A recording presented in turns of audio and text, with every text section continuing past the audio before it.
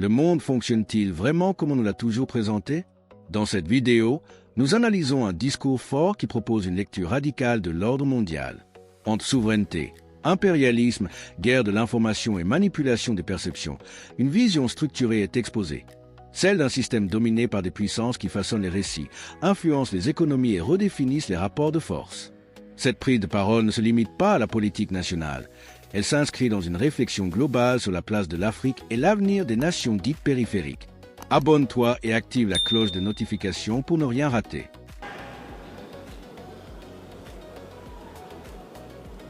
Camarades, l'émotion est grande, certes, mais permettez-moi que j'articule mes propos en 3 phases. La première phase va concerner l'étape à partir de laquelle je vais vous expliquer comment est-ce que nous voyons ce monde. La deuxième phase, nous allons nous consacrer à vous expliquer pourquoi nous devons continuer à nous battre. Et après, l'étape la plus importante, ça sera de vous décliner de façon sommaire la vision pour l'avenir, si je peux m'exprimer ainsi.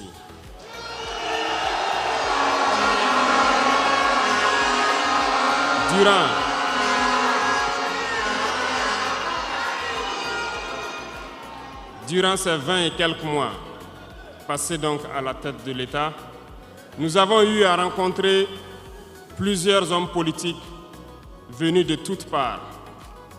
Nous avons rencontré des centaines de diplomates venus de toutes parts. Nous avons rencontré des hommes d'affaires venus d'un peu partout du monde. Nous avons été ouverts à tous ces échanges, à toutes ces discussions pour pouvoir apprendre du monde, pour pouvoir comprendre le monde. Et aujourd'hui, je pense que l'occasion est très belle pour que je puisse vous expliquer quelles conclusions nous avons tirées de tous ces rendez-vous que nous avons eus avec des hommes politiques venus de tous les continents, des diplomates venus de tous les continents.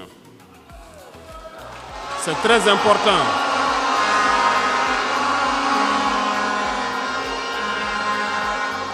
C'est très important la conclusion que nous avons tirée et ça doit vous permettre de comprendre le monde. Parce que souvent, dans nos contrées, nous n'avons pas cette perspective de pouvoir avoir accès à certaines personnes qui vont vous enseigner beaucoup de choses à travers leur comportement, à travers leurs propos et aussi en vous disant comment ils nous voient. Camarades, Dieu a créé le monde avec tout ce qu'il y a comme bonheur, comme malheur, comme bien, comme mal, les humains, les génies, les animaux et tout ce qui va avec. Mais nous, humains, avons décidé de faire du monde autre chose. Chez les impérialistes, ils ont une vision du monde que je m'en vais vous expliquer. Le monde se résume en un triangle pour eux. Vous verrez le triangle dans la plupart de leurs insignes. Peut-être que vous ne comprenez pas, mais le monde se résume en un triangle. Pour eux, au sommet du triangle, se trouve l'empire du bien. Et l'empire du bien, c'est eux. C'est la prospérité, c'est tout ce qui est positif. C'est eux qui ont droit à tout ce qui est bonheur sur ce monde. C'est eux qui ont droit à toutes les richesses. C'est à eux d'imposer leur manière de voir le monde. C'est à eux d'imposer leur vision, leur mode de vie.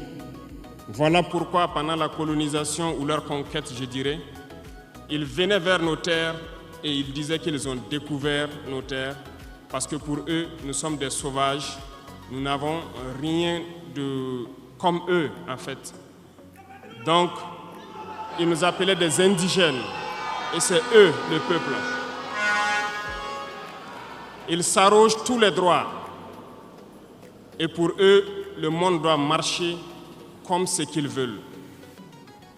C'est simple. Je prendrai quelques exemples. Regardez à travers leurs films. Ils ont préparé l'esprit de leur peuple. pour les faire comprendre qu'ils sont les meilleurs. C'est eux qui doivent tout posséder. Vous ne direz pas le contraire. Dans tous leurs films qu'ils propagent, vous trouverez toujours les méchants. Ce sont soit les Russes, soit les Sud-Américains, soit les Noirs qui jouent les mauvais rôles de trafiquants de drogue, de proxénètes, de trafic d'humains, jusqu'à un passé récent, bien sûr. Vous trouverez les Arabes qui jouent le rôle des terroristes.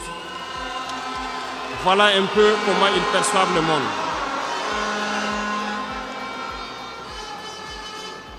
Quand je prends sur le volet économique, qui parmi nous n'a pas traité les produits chinois de produits Shintok, comme on aimait l'appeler, de mauvais produits? Mais aujourd'hui, j'ai pu vous dire qu'on a tout tort. Parce que la Chine est à un niveau de technologie assez avancé. Et c'est en Chine que la plupart de ces pays viennent s'approvisionner, mettent leur marque dessus et nous revendent comme étant leur propriété. Regardez autour de vous. Nos entrepreneurs qui sont dans le BTP ne diront pas le contraire. Tous leurs engins aujourd'hui sont chinois. Ceux qui font le transport ne diront pas le contraire. Ils nous ont menti parce que nous avons fait le tour du monde un peu dans ces 20 mois pour chercher des entreprises, pour chercher des usines. Et nous avons compris que tout revenait là-bas. Mais par leur communication, ils nous ont amenés à détester tous les produits chinois, à vouloir nous faire comprendre que ce qui est bon venait de chez eux, pas forcément d'ailleurs. C'est simple. Remonter le temps. Pour mieux comprendre ce que je dirais, il faut remonter un peu le temps. Et j'espère que certains iront lire qui sont les tsars, les conquêtes mongoles, les empires perses, turcs et ottomans. Lisez leur histoire, vous comprendrez pourquoi le monde est ainsi fait. À la base du triangle, il y a deux empires. D'un côté, l'empire du mal selon eux et l'empire des esclaves de l'autre côté. Voilà comment ils voient le monde. Qui est-ce qu'ils appellent l'empire du mal? Ceux dont je viens de citer tout de suite l'origine, et je vous ai dit de remonter le temps. Allez-y lire, vous comprendrez pourquoi ils sont l'empire du mal à leurs yeux. Ils combattent l'empire du mal. Pour eux, l'empire du mal doit disparaître. Pour eux, l'empire du mal incarne le diable. Ils communiquent et ils le font comprendre à leur peuple ainsi. Voilà pourquoi après la Seconde Guerre mondiale, dans les années 80, je prendrai le cas de la Russie où tous les stratagèmes ont été mis en œuvre pour l'effondrer avec le président Gorbatchev. Aux États-Unis, c'est le président Ronald Reagan qui était à la manœuvre. 3 stratagèmes principaux ont retenu notre attention. Ils sont allés donc au niveau de l'Arabie Saoudite les demander de baisser le prix du pétrole de $35 à $7 pour faire écrouler l'économie russe. Parallèlement à cela, le deuxième stratagème, n'oubliez pas quelque chose, ces mêmes personnes qui viennent de quitter l'Afghanistan, soit disant qu'ils combattaient les talibans ont été reçus par le président Ronald Reagan à la Maison-Blanche. Ils ont été armés par la CIA. Les fameux missiles Stinger, Sol-Air, ont été livrés aux talibans pour combattre les Russes.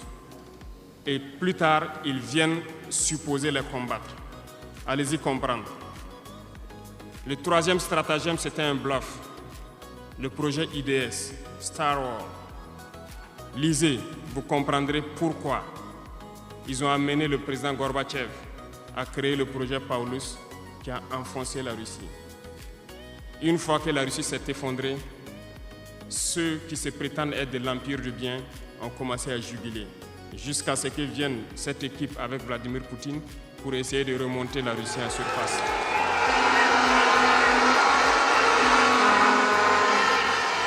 L'empire du mal. L'empire du mal, selon eux, a beaucoup souffert. Regardez l'Iran aujourd'hui. toutes les sanctions possibles. Regardez comment ils qualifient certains peuples.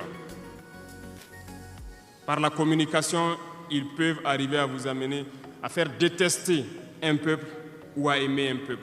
Ils sont très forts dans la communication et ils passent par tous les canaux possibles. Regardez les guerres qui sévissent. Ils ont tout inventé pour leur propre intérêt. Et enfin, l'empire des esclaves. Selon eux, c'est l'Afrique et certains peuples d'Amérique du Sud. Dans leur tête, comme je le disais dernièrement, l'Afrique les appartient, nos terres les appartiennent, les richesses de l'Afrique sont pour eux et ils ne peuvent pas concevoir que des Africains